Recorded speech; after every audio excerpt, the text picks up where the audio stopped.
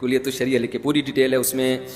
قرآن میں سجدہ تلاوت آتا ہے، اس کا صحیح طریقہ بتائیں اور ایصال ثواب کرنے کا طریقہ بھی، کیونکہ جو سنی حضرات کرتے ہیں سب کا نام لے کر بزرگان دین. سنی حضرات تو اتنی ڈیٹیل میں ایصال ثواب کر رہے ہیں کہ ایک ایک کے گھر پہنچا کے آ رہے ہیں ثواب قبر میں. میں نے دیکھا اکثر دعا میں، یا اللہ اس کا ثواب فلانا فلانا کو پہنچتا ہوا، پھر وہاں سے پہنچتا ہوا فلانے بزرگ کی قبر کو پہنچتا ہوا، غوث وہ کیا ہے غوث پاک کی قبر کو پہنچتا ہوا، پیران پیر غوث پاک رحمۃ اللہ علیہ سے، شیخ عبدالغنی گیلانی رحمۃ اللہ سے ہوتا ہوا، امام حنیفہ سے ٹن مارتا ہوا، ایسے پوری پھر تمام مرحومین مرحومات مغفورین مغفورات. مجھے تو یاد بھی نہیں ہوتے وہ الفاظ، اتنی ڈیٹیل میں آدمی کہتا ہے بس کر، فرشتے بھی کنفیوز ہو رہے ہیں کہ بس اتنا کر لیا کرو اللہ اس کا ثواب. اچھا اس میں بھی علماء کی دو رائے ہیں. یہ سال ثواب اہل حدیث حضرات تو کہتے ہیں یہ ثواب پہنچانا جائز ہی نہیں ہے.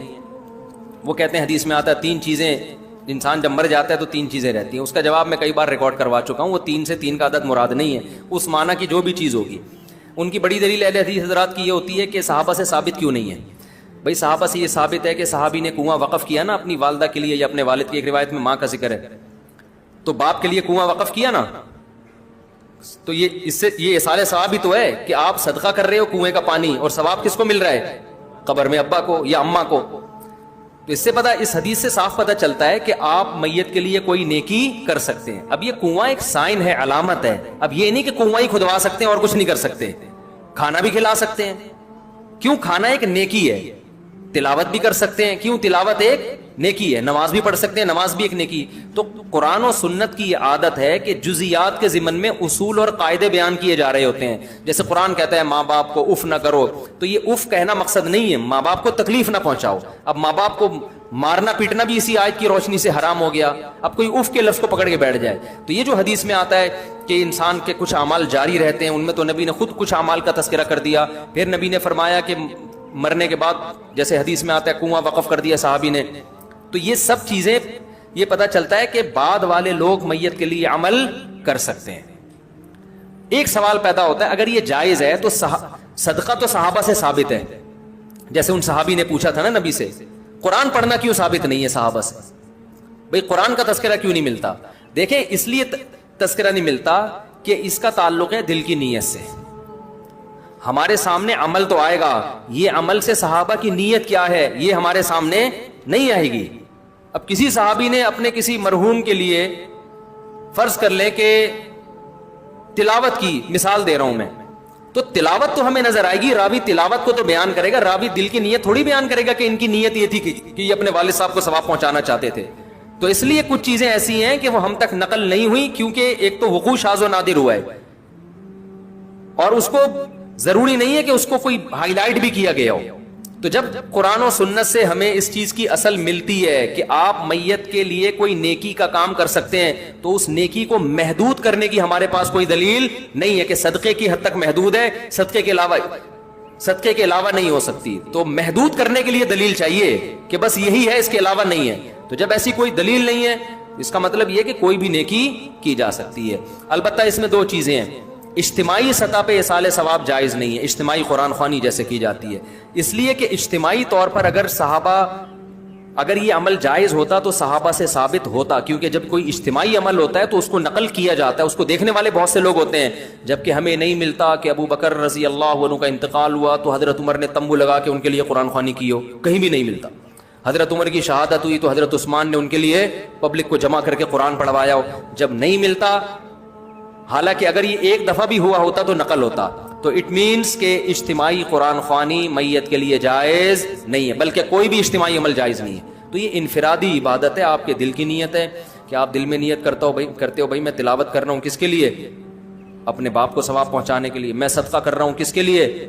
اپنے والد کے لیے. دل میں نیت ہے، اور اجتماعی عمل اس میں نہیں ہے.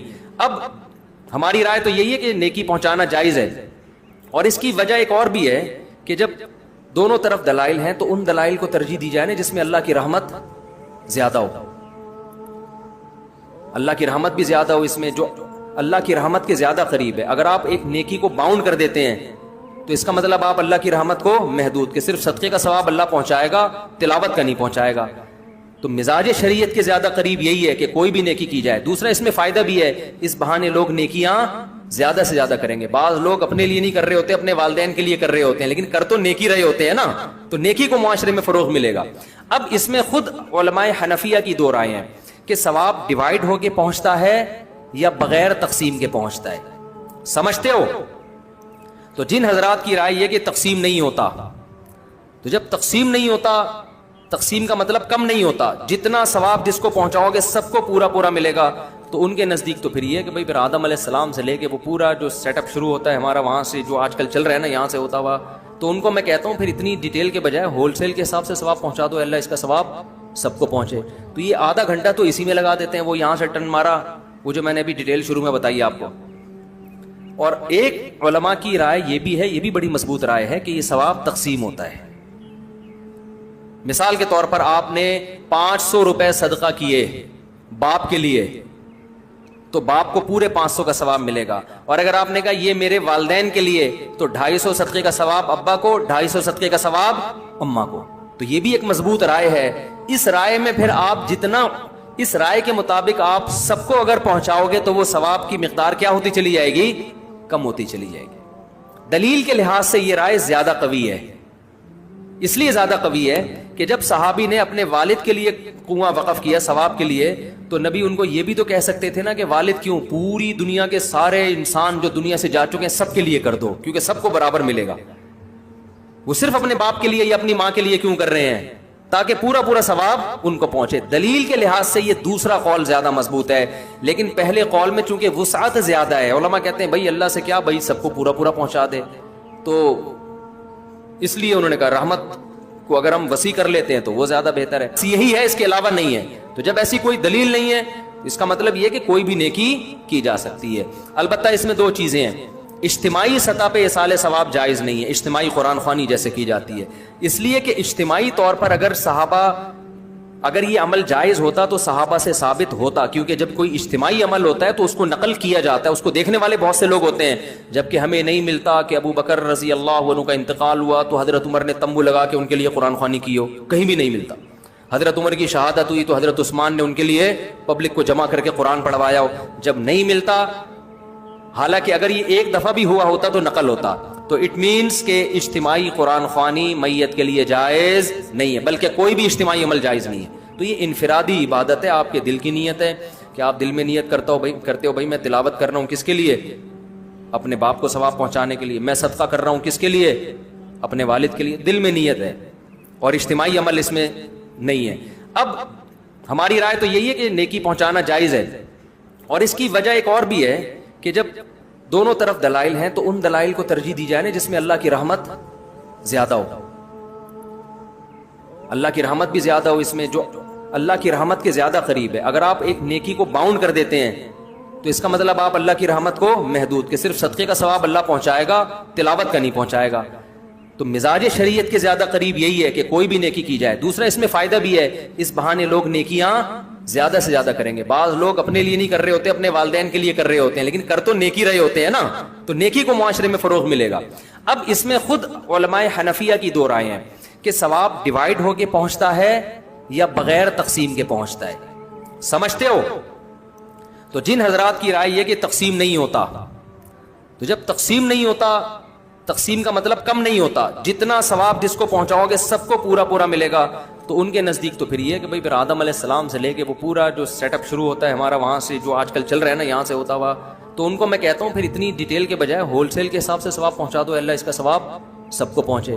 تو یہ آدھا گھنٹہ تو اسی میں لگا دیتے ہیں, وہ یہاں سے ٹرن مارا, وہ جو میں نے ابھی ڈیٹیل شروع میں بتائی آپ کو.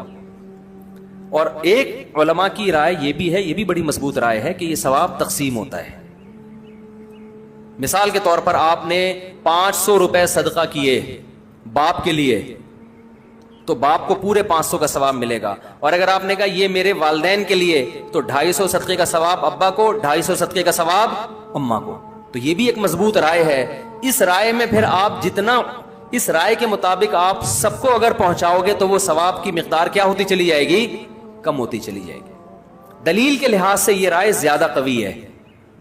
اس لیے زیادہ قوی ہے کہ جب صحابی نے اپنے والد کے لیے کنواں وقف کیا ثواب کے لیے, تو نبی ان کو یہ بھی تو کہہ سکتے تھے نا کہ والد کیوں, پوری دنیا کے سارے انسان جو دنیا سے جا چکے ہیں سب کے لیے کر دو, کیونکہ سب کو برابر ملے گا. وہ صرف اپنے باپ کے لیے یا اپنی ماں کے لیے کیوں کر رہے ہیں؟ تاکہ پورا پورا ثواب ان کو پہنچے. دلیل کے لحاظ سے یہ دوسرا قول زیادہ مضبوط ہے, لیکن پہلے قول میں چونکہ وسعت زیادہ ہے, علماء کہتے ہیں بھائی اللہ سے کیا, بھائی سب کو پورا پورا پہنچا دے, تو اس لیے انہوں نے کہا رحمت کو اگر ہم وسیع کر لیتے ہیں تو وہ زیادہ بہتر ہے. یہی ہے, اس کے علاوہ نہیں ہے. تو جب ایسی کوئی دلیل نہیں ہے, اس کا مطلب یہ کہ کوئی بھی نیکی کی جا سکتی ہے. البتہ اس میں دو چیزیں ہیں. اجتماعی سطح پہ ایصال ثواب جائز نہیں ہے, اجتماعی قرآن خوانی جیسے کی جاتی ہے, اس لیے کہ اجتماعی طور پر اگر یہ عمل جائز ہوتا تو صحابہ سے ثابت ہوتا, کیونکہ جب کوئی اجتماعی عمل ہوتا ہے تو اس کو نقل کیا جاتا ہے, اس کو دیکھنے والے بہت سے لوگ ہوتے ہیں. جبکہ ہمیں نہیں ملتا کہ ابو بکر رضی اللہ عنہ کا انتقال ہوا تو حضرت عمر نے تمبو لگا کے ان کے لیے قرآن خوانی کی ہو, کہیں بھی نہیں ملتا.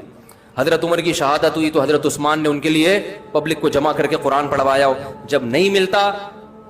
حالانکہ اگر یہ ایک دفعہ بھی ہوا ہوتا تو